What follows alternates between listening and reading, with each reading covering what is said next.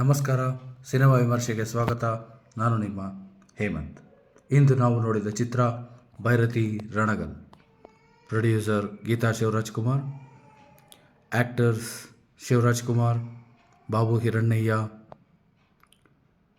Avinash, Rahul Bose. Heroine ಆಗಿ ರುಕ್ಮಿಣಿ ವಸಂತ್ ಹಾಗೂ ತಂಗಿ ಪಾತ್ರದಲ್ಲಿ ನಮ್ಮೆಲ್ಲರಿಗೂ ಗೊತ್ತಿರೋ ಹಾಗೆ ಛಾಯಾ ಸಿಂಗ್. ಈ ಚಿತ್ರ 2017ರಲ್ಲಿ ಬಂದ ಮಫ್ತಿ ಅನ್ನೋ ಸಿನಿಮಾದಲ್ಲಿ ಒಬ್ಬ ಭೈರತಿ ರಣಗಲ್ ಕ್ಯಾರೆಕ್ಟರ್ನ ಇಂಟ್ರಡ್ಯೂಸ್ ಮಾಡಿ ಅವನು ಎಸ್ಟಾಬ್ಲಿಷ್ ಈಗಾಗಲೇ ಆಗೋಗಿರೋದನ್ನ ತೋರಿಸಿದ್ರು. ಅವನು ಆ ಕ್ರೌರ್ಯ ಕಿಳಿಯೋವಂಥ ಕೆಲಸ ಏನು ಮಾಡ್ತಿದ್ದ, ಅದಕ್ಕೆ ಹಿನ್ನೆಲೆ ಏನು ಅನ್ನೋದನ್ನ ಪ್ರೀಕ್ವೆಲ್ ಆಗಿ ಕನ್ನಡದಲ್ಲಿ ಮೊದಲನೇ ಬಾರಿಗೆ ಒಂದು ಪ್ರೀಕ್ವೆಲ್ನ ಸಿನಿಮಾ ಆಗಿ ಕಟ್ಟಿಕೊಡೋದರಲ್ಲಿ ನಿರ್ದೇಶಕ ನರ್ತನ್ ಗೆದ್ದಿದ್ದಾರೆ. ಅವರ ರೈಟಿಂಗ್ ಅದ್ಭುತವಾಗಿದೆ. ಕತೆ ಬರ್ಕೊಂಡಿರೋ ರೀತಿ, ಪೇಪರಲ್ಲಿ ಏನೇನು ಬರ್ಕೊಂಡಿದ್ರು ಅದನ್ನೆಲ್ಲವನ್ನು ಸಾಧಿಸಿದ್ದಾರೆ. ನಮಗೆ ಗೊತ್ತಿರೋ ಹಾಗೆ ಭೈರತಿ ರಣಗಲ್ ಅನ್ನೋ ಹೆಸರಲ್ಲೇ ಒಂದು ಕಂಪನ ಇದೆ, ವೈಬ್ರೇಷನ್ ಇದೆ ಅಲ್ವಾ. ಸೊ ಹಾಗಾಗಿ ಆ ಭೈರತಿ ರಣಗಲ್ನ ತೋರಿಸುವಲ್ಲಿ ಯಶಸ್ವಿ ಆಗಿದ್ದಾರೆ ಅಂತ ಹೇಳೋಕ್ಕೆ ಇಷ್ಟಪಡ್ತೀನಿ. ನಿರ್ದೇಶಕನಾಗಿ ನರ್ತನ್ ಅತ್ಯುತ್ತಮವಾದ ಕೆಲಸ ಮಾಡಿದ್ದಾರೆ. ಹೇಗಪ್ಪ ಅಂದರೆ, ನಿಮಗೆ ಮಫ್ತಿ ಚಿತ್ರವನ್ನು ನೋಡಿದಾಗ ಸೆಕೆಂಡ್ ಹಾಫ್ನಲ್ಲಿ ಶಿವಣ್ಣನ ಎಂಟ್ರಿ ಆಗುವಂಥದ್ದು, ಅಲ್ಲಿರುವ ಎಲ್ಲ ಪ್ರಶ್ನೆಗಳಿಗೂ ಇಲ್ಲಿ ಉತ್ತರಿಸೋ ಸಲುವಾಗಿ, ಅಂದರೆ ಅಲ್ಲೆಲ್ಲವೂ ಡಾಟ್ ಆಗಿ ಇಟ್ಕೊಂಡ್ಬಂದಿದ್ರು, ಆ ಡಾಟ್ನ ಇಲ್ಲಿ ಕನೆಕ್ಟ್ ಮಾಡ್ತಾ ಬಂದಿದ್ದಾರೆ. ಈ ಸಿನಿಮಾದ ಕತೆ ರೋಣಾಪುರ ಎಂಬ ಒಂದು ಗಣಿನಾಡು, ಅಲ್ಲಿ ನೀರಿನ ಹಾಹಾಕಾರ ಹಾಗೂ ಲ್ಯಾಂಡ್ ಮಾಫಿಯಾ ನಡೀತಿರುತ್ತೆ. ಅದನ್ನು ತಡೆಗಟ್ಟೋದಕ್ಕೋಸ್ಕರ ಈತ ತನ್ನ ಚಿಕ್ಕ ವಯಸ್ಸಿಂದಲೇ ಅದ್ರ ಬಗ್ಗೆ ಹೋರಾಡಬೇಕು ಅನ್ನೋದನ್ನ ತನ್ನ ಮನಸ್ಸಿನಲ್ಲಿ ಹಾಕ್ಕೊಂಡು ಒಂದು ಪೊಲೀಸ್ ಸ್ಟೇಷನ್ನ ಮೊದಲನೇ ಬಾರಿಗೆ ಬ್ಲಾಸ್ಟ್ ಮಾಡೋದರಿಂದ ಅವನು ಜೈಲಿಗೆ ಹೋಗಬೇಕಾಗಿ ಬರುತ್ತೆ. ಜೈಲಲ್ಲೇ ಇದ್ದು ಅದನ್ನು ಸಾಧಿಸ್ತಾನೆ. ಹೇಗಪ್ಪ ಅಂದರೆ, ಅಲ್ಲಿ ಜೈಲಲ್ಲೇ ಲಾಯರ್ ಪದವಿನ ಪಡ್ಕೋತಾನೆ ಓದಿ, ಮತ್ತು ಕ್ರಿಮಿನಲ್ ಲಾಯರ್ ಆಗಿ ಇವನು ತನ್ನ ಕಾರ್ಯನ ಸಿದ್ಧಿಸ್ಕೊಳ್ಳೋ ಸಲುವಾಗಿ ಆ ನಿಟ್ಟಲ್ಲಿ ಇವನ ಕತೆ ಸಾಗ್ತಾ ಹೋಗುತ್ತೆ. ನಾನು ಈಗಾಗಲೇ ಹೇಳಿದೆ, ಎಲ್ಲ ಡಾಟ್ಗಳನ್ನು ಇಲ್ಲಿ ಕನೆಕ್ಟ್ ಮಾಡಿದ್ದಾರೆ ಅಂತ. ಒಂದು ಚಿಕ್ಕ ವಿಷಯ ಆದರೂ ಕೂಡ ಇಲ್ಲಿ ನೆಗ್ಲೆಕ್ಟ್ ಮಾಡಿಲ್ಲ ನಿರ್ದೇಶಕ ನರ್ತನ್. ಏನೇನಪ್ಪ ಅಂದರೆ, ಮಫ್ತಿ ನೀವೆಲ್ಲ ನೋಡಿದ್ರೆ ನಿಮಗೆಲ್ಲವೂ ಅರಿವಾಗಿರುತ್ತೆ. ಶಿವಣ್ಣ ಒಂದು ಬುಕ್ ಓದ್ತಾ ಇರ್ತಾನೆ, ಅಂದರೆ ರಾಮಾಯಣದ ಬುಕ್ಕು ಅಲ್ಲಿರೋವಂಥದ್ದು. ಮತ್ತು ತಂಗಿ ಗಂಡನ್ನೇ ಕೊಲೆ ಆಗಿದ್ದರೂ ಕೂಡ, ತಂಗಿ ಮಾತು ಬಿಟ್ಟಿದ್ರೂ ಕೂಡ ಯಾಕಿಲ್ಲಿ ಇವನ ಜೊತೆನೇ ಇರ್ತಾಳೆ ಅನ್ನೋದಕ್ಕೆ ಉತ್ತರ. ಮತ್ತು ಅಷ್ಟೇ ಅಲ್ಲದೆ, ಯಾಕೆ ಈ ಡ್ರೆಸ್ನ ಅವನು ತೊಡಬೇಕಾಗಿ ಬರುತ್ತೆ, ಅಂದರೆ ಕಪ್ಪು ಬಟ್ಟೆ ಕಪ್ಪು ಪಂಚೆ ತೊಡಗಬೇಕಾಗಿ ಬರುತ್ತೆ. ಮತ್ತು ಅವನ ರಾಜ್ಯನ ಹೇಗೆ ಎಸ್ಟಾಬ್ಲಿಷ್ ಮಾಡ್ಕೋತಾನೆ, ರೋಣಾಪುರನ ತನ್ನ ಮುಷ್ಟಿಗೆ ಹೇಗೆ ತಗೋತಾನೆ ಅನ್ನೋವೆಲ್ಲವೂ.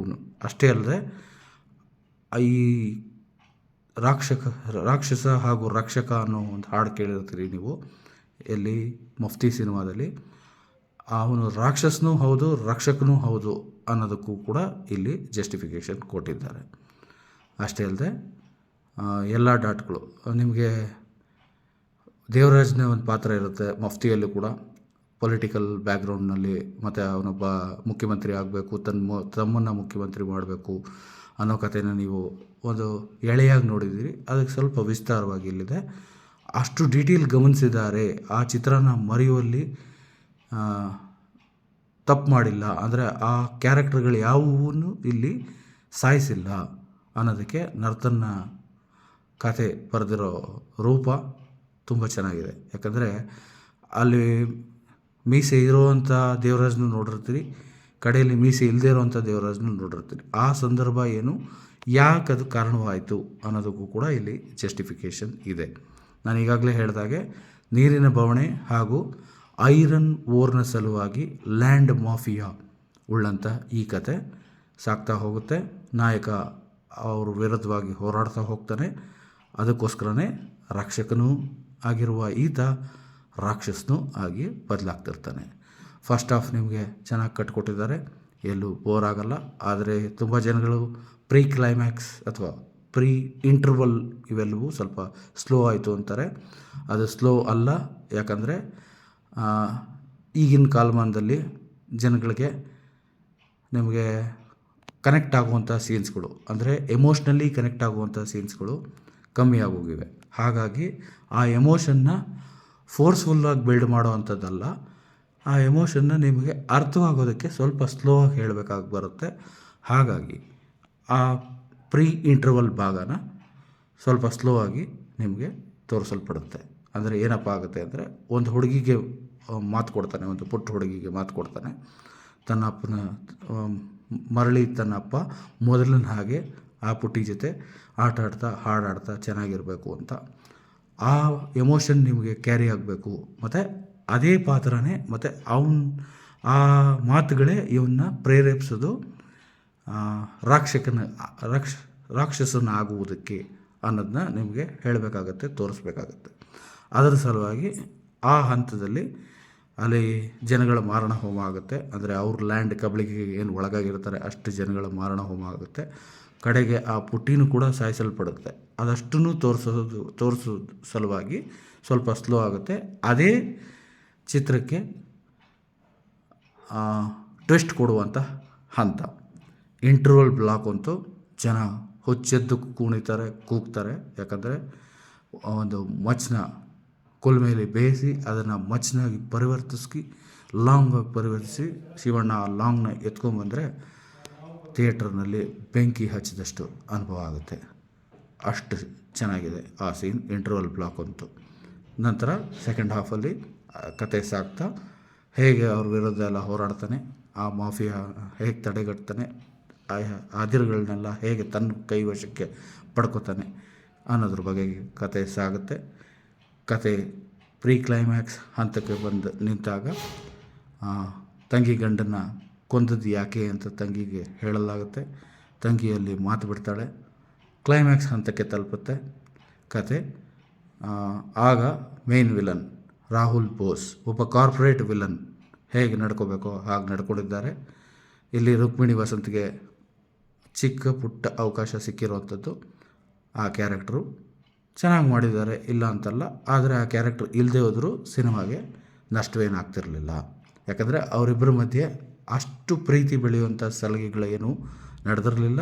ಒಂದು ಹಾಡು ಕೂಡ ಅವರಿಬ್ಬರ ಮಧ್ಯೆ ಇರಲಿಲ್ಲ. ಆದರೂ ಒಂದು ಸಲಿಗೆ ಬೆಳೆದಿದೆ ಅನ್ನೋದನ್ನ ತೋರಿಸ್ತಾರೆ. ಅದು ಈ ಸಿನಿಮಾದ ಒಂದು ಮೈನಸ್ ಪಾಯಿಂಟ್ ಅಂತ ಹೇಳೋದಕ್ಕೆ ಇಚ್ಛೆಪಡ್ತೀನಿ.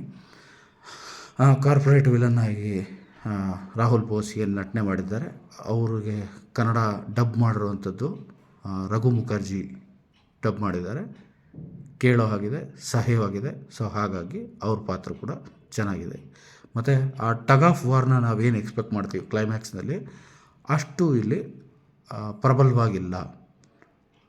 ಮತ್ತು ಆ ಕ್ಲೈಮ್ಯಾಕ್ಸು ಸಿಂಪಲ್ವಾಗಿ ನೀರಸವಾಗಿ ಮುಗಿದೋಗುತ್ತೆ. ಯಾಕಂದರೆ ಕ್ಯಾರೆಕ್ಟರ್ ಈಗಾಗಲೇ ಎಸ್ಟಾಬ್ಲಿಷ್ ಆಗೋಗಿರೋದನ್ನ ಮಫ್ತಿಲಿ ತೋರಿಸಿದ್ದಾರೆ. ಹಾಗಾಗಿ ಇದರಲ್ಲಿ ಹೆಡ್ ಟು ಹೆಡ್ ಫೈಟ್ ಏನಾಗುತ್ತೆ ಅಷ್ಟು ಮಾತ್ರ ತೋರಿಸಿ ಕಥೆನ ಮುಗಿಸಿದ್ದಾರೆ. ಸಿನಿಮಾ ನಿಜವಾಗಲೂ ಚೆನ್ನಾಗಿದೆ. ರೈಟಿಂಗ್ ಅಂದರೆ ಕತೆ, ನಿರ್ದೇಶನ, ಚಿತ್ರಕಥೆ ಬರ್ಕೊಂಡಿರೋ ನರ್ತನಿಗೆ ಮತ್ತೊಮ್ಮೆ ಹ್ಯಾಟ್ಸ್ ಆಫ್ ಹೇಳಿ ಈ ಸಿನಿಮಾ ಎಲ್ಲರೂ ನೋಡಬಹುದಾಗಿದೆ ಅಂತ ಹೇಳಿ ಈ ವಿಮರ್ಶೆನ ಮುಗಿಸ್ತಾ ಇದ್ದೀನಿ. ನಮಸ್ಕಾರ, ಧನ್ಯವಾದಗಳು.